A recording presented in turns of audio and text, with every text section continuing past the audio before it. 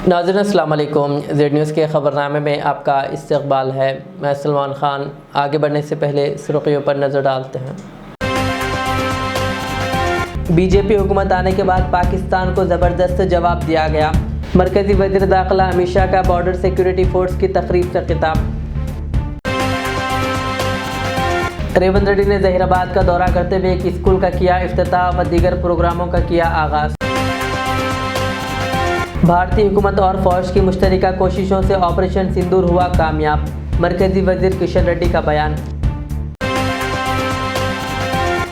सलमान खान के घर में गैर कानूनी तौर पर दाखिल होने की कोशिश, एक खातून और एक मर्द गिरफ्तार। वज़ीर आला रेवंत रेड्डी का पर्सनल सेक्रेटरी बताकर लोगों को गुमराह करने की कोशिश। हैदराबाद में साइबर क्राइम पुलिस ने आंध्र प्रदेश से एक शख्स को कर लिया गिरफ्तार। ईदगाह बिलाली हॉकी ग्राउंड हैदराबाद में वक्फ तरमीमी कानून के खिलाफ खवातीन का एहतजाजी जलसा। सदर मजलिस बैरिस्टर अवैसी और दीगर का खिताब। अब पेश है खबरों की तफसील। मरकज़ी वज़ीर दाखिला अमित शाह ने बॉर्डर सिक्योरिटी फोर्स की एक तकरीब और रुस्तुम जी मेमोरियल लेक्चर से खिताब करते हुए कहा कि माजी में पाकिस्तान को कभी मुनासिब जवाब नहीं दिया गया। उन्होंने कहा कि पुलिस, फ़ौज और BSF ने हमेशा अच्छा काम किया, लेकिन हुकूमत की सतह पर मौसर जवाब नहीं मिला। अमित शाह ने कहा कि 2014 में बीजेपी हुकूमत के क़याम के बाद हमले के जवाब में सर्जिकल स्ट्राइक, पुलवामा हमले के बाद एयर स्ट्राइक और हालिया पहलगाम वाक़े में ऑपरेशन सिंदूर किया गया। उन्होंने कहा कि दुनिया भारत के इस इक़दाम को सराह रही है। इस मौके पर उन्होंने फ़ौज को सलाम भी पेश किया। कई बड़ी बड़ी घटनाएं पाकिस्तान ने की, मगर इसका जवाब, उचित जवाब नहीं दिया गया।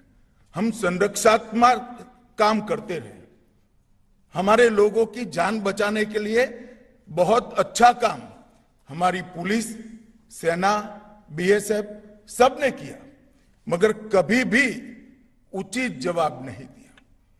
2014 में नरेंद्र मोदी जी प्रधानमंत्री बने, भारतीय जनता पार्टी के नेतृत्व वाली सरकार बनी और सबसे पहला बड़ा हमला उरी में हमारे जवानों पर किया, उनको जिंदा जला देने की हिमाकत की और हमने सर्जिकल स्ट्राइक कर पहली बार आतंकी ठिकानों में घुसकर आतंकवादियों को जवाब देने का काम उरी के बाद तुरंत किया। हम मानते थे कि संदेश से शायद अब सब कुछ रुक जाएगा, मगर नहीं रुका। पुलवामा में हमला हुआ, CRPF के जवानों को आतंकी हमले में उड़ा दिया गया। भारत की सेनाओं ने एयर स्ट्राइक कर इससे उरी से कठोर जवाब देने का प्रयास किया और फिर से एक बार हमने आतंकी अड्डों को उड़ाने का काम किया और उसके बाद पहलगाम में इंतहा ही कर दी। निर्दोष यात्रिकों को धर्म पूछकर अपने परिवार के सामने, परिवार के महिला सदस्य और बच्चों के सामने चुन चुन कर निर्ममता पूर्वक मारने का पाप पाक प्रेरित आतंकवादियों ने किया। और उस वक्त हमारे प्रधानमंत्री जी ने उनको कहा था, बिहार से कहा था कि इसका उचित जवाब दिया जाएगा और ऑपरेशन सिंदूर ये उसका जवाब है। आज पूरी दुनिया हमारी सेना की वीरता और मारक क्षमता की भूरी भूरी प्रशंसा कर रही है और मैं आज इस मंच पर से सेना के उन वीर जवानों को, तीनों सेनाओं ने मिलकर जो पराक्रम किया है, वो सभी को समग्र राष्ट्र की ओर से मैं उनको अभिनंदन भी करना चाहता हूं और धन्यवाद भी कहना चाहता हूं कि आपने देश के स्पिरिट को वहां तक पहुंचाने का काम किया है जहां पहुंचाने की जरूरत थी। वज़ीर आला रेवंत रेड्डी ने कहा कि इनकी हुकूमत 12वीं सदी के फ़लसफ़ी, समाजी इस्लाहकार बादशाह विश्वरा की तालीमात से मुतासिर होकर फलाही मनसूबे नाफिज करेगी और समाजी इंसाफ को फ़रोग़ देगी। उन्होंने ज़िले संगारेड्डी के करीब ज़हीराबाद में बादशाह विश्वरा के मुजस्समे की इफ्तिताई तकरीब से खिताब करते हुए कहा कि कांग्रेस कायद राहुल गांधी ने अपनी भारत जोड़ो यात्रा के दौरान समाजी इंसाफ के पैगाम और ज़ात पात की मर्दमशुमारी की ज़रूरत को उजागर किया है। बासा विश्वरा का पैगाम समाजी फलाह व इंसाफ के प्रोग्रामों को नाफिज करने में कांग्रेस हुकूमत के लिए मशगल राह है। इस मौके पर वज़ीर आला रेवंत रेड्डी ने माशनूर में एक मरकज़ी विद्यालय का भी इफ्तिताह किया और ज़हीराबाद हल्के में दीगर प्रोग्रामों का भी आगाज़ किया। Congratulations to Kendriya Vidyalaya students and management. This is your new building. It is going to lay down your future of the state, future of the country. Once again, congratulations. Thank you, sir.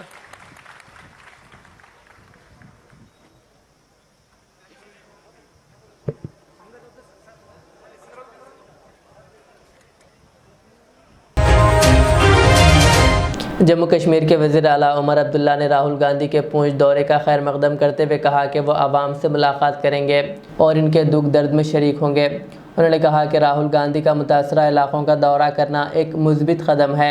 Omar Abdullah ने तृणमूल कांग्रेस के वफ़द का भी शुक्रिया अदा किया जिन्होंने पूंछ, राजौरी और जम्मू का दौरा किया। उन्होंने कहा कि ऐसे नाजुक वक्त में कुछ सियासी जमातों का आवाम के साथ खड़ा होना काबिल तहसीन है।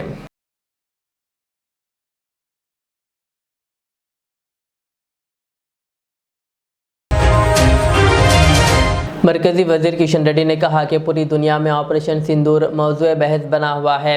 कहा, भारतीय हुकूमत और फ़ौज की मुश्तरका कोशिशों से ये ऑपरेशन कामयाब हुआ। उन्होंने बताया कि इस कार्रवाई में दहशतगर्दों के तंजीमों और कैंपों को निशाना बनाया गया जिसमें तकरीबन 100 दहशतगर्द हलाक हुए। किशन रेड्डी ने दावा किया कि पाकिस्तान अब खौफ के मारे घुटनों के बल आ चुका है। सिंदूर के बारे में दुनिया भर में चर्चा हो रही। भारत सरकार, भारत के सेना एक बहादुर रूप से ऑपरेशन सिंदूर विजय बनाया। 23 मिनट्स के अंदर भारत में बैठकर हमारा सेना पाकिस्तान के अंदर अलग अलग जगह जो आतंकवादियों का हेडक्वार्टर से टेररिस्टों का लश्कर तोयबा हो, अलग अलग इस टेररिस्ट ऑर्गेनाइजेशंस के हेडक्वार्टर्स के ऊपर हमला किया है। लगभग 100 टेररिस्टों का आज खत्म किया है और जितने भी टेररिस्ट ऑर्गेनाइजेशंस है 9 जगह उसको उड़ाया गया। आज पाकिस्तान खुद डरा हुआ है और पाकिस्तान का घुटने पर आज उतारे गए। आज ये स्थिति है देश में। देश के जनता राजनीति से उठकर, मजहब से उठकर, भाषा से उठकर, प्रांत से उठकर एकजुट होकर सेना का समर्थन में, सेना का अभिनंदन में, सेना का साथ है बोल के आज जगह जगह कार्यक्रम कर रहे हैं। ईदगाह बिलाली हॉकी ग्राउंड हैदराबाद ने वक्फ तरमीमी क़ानून के ख़िलाफ़ ख़वातीन के लिए एक अवामी एहतजाजी जलसे का इनेकाद किया गया जो all India Muslim personal board की जानिब से मुनक़िद हुआ, जिसमें सियासी व समाजी क़ायदीन, उलमा इकराम और सदर मजलिस असदुद्दीन अवैसी ने भी खिताब किया। मुक़र्रिरीन ने जिहादों के तहफ़्फ़ुज़ और मौजूदा तरमीमी क़ानून के मुमकिना ख़तरात पर तफसील से रोशनी डाली और इसे वापस लेने का मरकज़ी हुकूमत से मुतालबा किया। पर्सनल लॉ ने इस कानून के ख़िलाफ़ आईनी जद्दोजहद जारी रखने का ऐलान किया। All India Muslim personal law board की जानिब से जो वक्फ बचाओ, दस्तूर बचाओ की मुहिम का आगाज़ किया गया है, आप इसमें अपना पूरा ताउन पेश करेंगे और 25 तारीख़ के दिन, 25 मई के दिन एक प्रोग्राम रखा गया है इंसानी जंजीर का, ह्यूमन चेन का। मेरी आप तमाम से गुजारिश है कि आप लोग उसमें शिरकत करिए और जहाँ कहीं भी अगर आप जो रास्ता तय किया जाएगा कि किस जगह पर खड़े होकर हमको उस एहतजाज को कामयाब करना है, अगर आप उसमें शिरकत कर सकें तो बहुत अच्छा है। अगर ये नहीं हो सकता है तो कम से कम आप अपने घर के सामने अपने अफराद ख़ानदान के साथ, अपने वालिद, अपने शौहर को, अपनी बच्चों को लेकर आप अपने घर के सामने खड़े हो जाइए हाथ बांधकर, ताकि हम दिल्ली की हुकूमत को पैगाम दे सकें कि हम ये क़ानून को नहीं मानते। ये काला कानून है जो भारत की आइन के ख़िलाफ़ है, जो भारत के आइन के फंडामेंटल राइट्स के ख़िलाफ़ है। हम अपने वक्फ बोर्ड में किसी भी किस्म की मदाखलत को कबूल इसलिए नहीं करते क्योंकि हिंदुस्तान के आइन और दफ़ा 26 के तहत हर रिलीजियस डिनोमिनेशन को इख्तियार हासिल है कि वो अपने पसंद के इदारे चैरिटेबल रिलीजियस ऑर्गेनाइजेशंस को चला सकें। वक्फ बोर्ड एक खालिस एक मजहबी इदारा है, इसमें कोई सेकुलर काम नहीं होता। ये बीजेपी की हुकूमत झूठ कह रही है सेकुलर का नाम लेकर, ये एक प्योरली रिलीजियस इंस्टीट्यूशन है और इसका ताल्लुक़ रास्त हमारे दीन से है। इस्लाम का 5वां रुकन चैरिटी है, ज़कात है, तो इसका ताल्लुक़ उसी से है। कुरान में बेशुमार आयतें हैं जो अल्लाह हमको कह रहा है कि अपनी दौलत को इस्तेमाल करो। तो मेरी ज़दा और माँ और बहनों, ये काला क़ानून है जो हमारी मस्जिदों को, दरगाहों को, खानखाहों को, हमारे आशुर खानों को, इमाम बाड़ों को हमसे छीनने के लिए बनाया गया है। आपने मुझसे क़बल तमाम ज़िम्मेदार लोगों से उनके बसीरत फ़रोज़ खिताबात के ज़रिए आपने सुना होगा कि ये क़ानून कैसा बनाया गया है। अगर कोई मुसलमान आदिवासी होगा तो वो अपनी जायदाद को वक्फ नहीं कर सकेगा। वक्फ बाय यूज़र है, जिसको सुप्रीम कोर्ट ने बाबरी मस्जिद के मुकदमे में वक्फ बाय यूज़र को सुप्रीम कोर्ट ने फेल किया। आप उस फैसले के ख़िलाफ़ गलत तरीक़े से एक क़ानून बनाते हैं। आप ख़वातीन हैं, इस क़ानून में ये बात लिखी गई कि अगर कोई अपनी जायदाद को वक्फ अल औलाद करना चाहता है और वक्फ अल औलाद करेगा तो मोदी की हुकूमत ये कह रही है कि बेटी का हक़ नहीं मारा जा सकता। अब आप खुद अंदाज़ा लगाइए कि अगर कोई अपनी जायदाद को अल्लाह को उसका मालिक बना रहा है तो कहाँ बेटी कहाँ भाई, कहाँ बेटा कहाँ बेटी, कहाँ रिश्तेदार। मगर ये हुकूमत कहती है कि वक्फ औलाद आप उस वक्त तक नहीं कर सकते जब तक कि आप ये बता ना दें कि बच्चों का हक़ नहीं मारा जाएगा। ये अजीब व गरीब बात है कि जायदाद मेरी है हिंदुस्तान की आइन की सेक्शन 300 के तहत। ये क़ानून ऐसा बना दिया गया कि जितने मसाजिद हैं पूरे मुल्क में आसार ख़दीमा के तहत, अगर वो प्रोटेक्टेड हैं, एंशियंट हैं, तो उसका मालिक वक्फ नहीं रहेगा, उसका मालिक आसार ख़दीमा बन जाएगा। आसार ख़दीमा के एक्ट ये कहता है कि उस जगह को जो आसार ख़दीमा के मातहत है उसमें कोई रद्दो बदल नहीं किया जा सकता उसकी तामीराती काम करके। टाइटल तो वक्फ बोर्ड के पास रहेगी, मगर मोदी ने कह दिया कि नहीं, टाइटल मालिक वक्फ बोर्ड नहीं रहेगा, मालिक बन जाएगा आसार ख़दीमा। बताइए आप, ये जुल्म नहीं तो क्या है। फिर एक यही तो सेक्शन लाया गया था जब लोकसभा में बहस हो रही थी, उस दिन इस अमेंडमेंट को पेश कर दिया गया। हमारे एक भाई हमदुल्ला सईद कांग्रेस के एमपी हैं, लक्षद्वीप के एमपी हैं, आदिवासी हैं। उनके मरहूम वालिद 9 मरतबा के एमपी थे लोकसभा और राज्यसभा के। अब आप कह रहे हैं कि आदिवासी अपनी जायदाद को वक्फ नहीं करेगा। तो ये इस तरह के गलत क़वानीन बनाकर मुसलमानों से उनकी जायदादों को छीनने का काम कर रही है। मुंबई में बॉलीवुड अदाकार सलमान खान के घर में गैर कानूनी तौर पर दाखिल होने की 2 अलग अलग कोशिशों के बाद पुलिस ने एक मर्द और एक खातून को गिरफ्तार कर लिया। पहला वाक़या मंगल को पेश आया जब जितेंद्र कुमार सिंह नामी शख्स गैलेक्सी अपार्टमेंट में दाखिल हो गया। सिक्योरिटी ने फौरी कार्रवाई करते हुए इसे पकड़कर पुलिस के हवाले किया। तफ्तीश में इसने बताया कि वो सलमान खान से मुलाकात करना चाहता था, जबकि एक और वाक़े में खातून घर में घुसने की कोशिश कर रही थी कि पुलिस ने इसे भी फौरी गिरफ्तार कर लिया। दोनों अफराद से तफ्तीश जारी है और पुलिस इनके इरादों की मुकम्मल जांच कर रही है ताकि ये पता लगाया जा सके कि इनका मकसद सिर्फ मुलाकात था या कुछ और। विशाखापट्टनम स्टील प्लांट में जुमा के रोज़ एक यूनिट में आग लगने का वाक़या पेश आया, जिससे मजदूरों और करीबी रिहायशी इलाकों में खौफ का वायरस फैल गया। आग के शोले और घना धुआं दूर से नज़र आ रहा था, जिस पर फौरी तौर पर फायर ब्रिगेड की टीमें मौके पर पहुंच गई और आग पर काबू पाने की कोशिश की। आग लगने की वजह ताहाल मालूम ना हो सकी और कोई जानी नुकसान नहीं हुआ। पुलिस इस सिलसिले में तहकीकात कर रही है।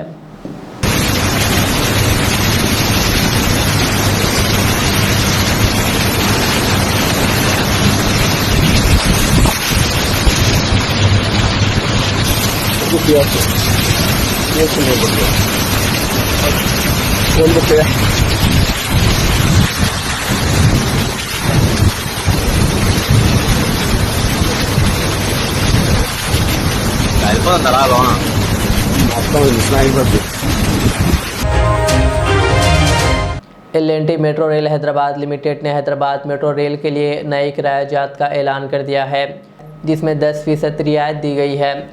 जुमा के रोज़ जारी करदा बयान में कंपनी ने कहा कि रियायत किरायाजात के तयन के लिए बनाई गई। FCC कमेटी की तरफ से मुकर्रर करदा जोन वाइज पर किरायों की लिस्ट जारी की गई। ये नया किराया चार्ट 24 मई से नाफिज होगा। याकुतपुरा के मजलिसी रुकन असम्बली जाफर हुसैन मिराद ने आज नमाज जुमा के बाद अपने हल्के का दौरा करते हुए आवाम से मुलाकात की। जाफर हुसैन मिराद ने मस्जिद अनीस सुल्ताना में नमाज जुमा अदा करने के बाद जारी तरक्याती कामों का मुआयना करते हुए आवाम से भी मुलाकात की और इनके मसाइल की समाअत की।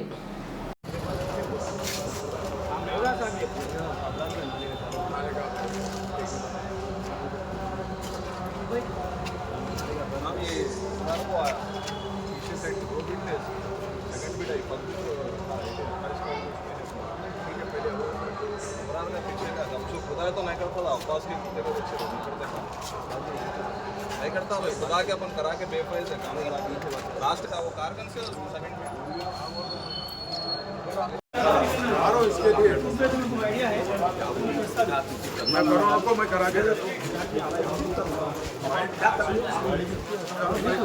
मैं रोज एरिया में रोज फिर रहा हूँ, मगर ऐसा मस्जिद ना हर मस्जिद को एक ऐसा बात करो फिर से काम पूरा पक्का होगा, प्रॉब्लम नहीं आना काम किया।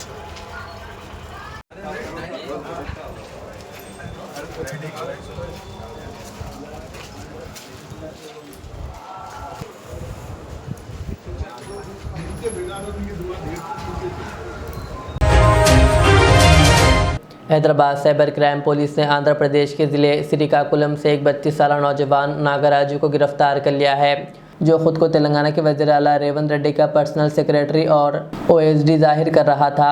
इसने जाली ईमेल आईडी बनाकर मुख्तलिफ सनतकारों और कंपनियों से माली मदद मांगने की कोशिश की।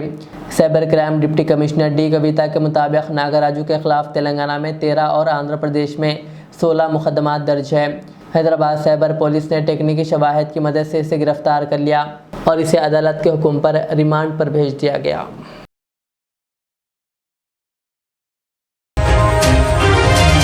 आखिर में सुर्खियां और एक बार। बीजेपी हुकूमत आने के बाद पाकिस्तान को ज़बरदस्त जवाब दिया गया। मरकजी वज़ीर दाखिला अमित शाह का बॉर्डर सिक्योरिटी फोर्स की तकरीब से खिताब। रेवंत रेड्डी ने जहीराबाद का दौरा करते हुए एक स्कूल का किया इफ्तिताह व दीगर प्रोग्रामों का किया आगाज़। भारतीय हुकूमत और फौज की मुश्तरका कोशिशों से ऑपरेशन सिंदूर हुआ कामयाब। मरकजी वज़ीर किशन रेड्डी का बयान। सलमान खान के घर में गैर कानूनी तौर पर दाखिल होने की कोशिश, एक खातून और एक मर्द गिरफ्तार। वज़ीर आला रेवंत रेड्डी का पर्सनल सेक्रेटरी बताकर लोगों को गुमराह करने की कोशिश। हैदराबाद में साइबर क्राइम पुलिस ने आंध्र प्रदेश से एक शख्स को कर लिया गिरफ्तार। ईदगाह बिलाली हॉकी ग्राउंड हैदराबाद में वक्फ तरमीमी कानून के खिलाफ खवातीन का एहतजाजी जलसा। सदर मजलिस बैरिस्टर अवैसी और दीगर का खिताब।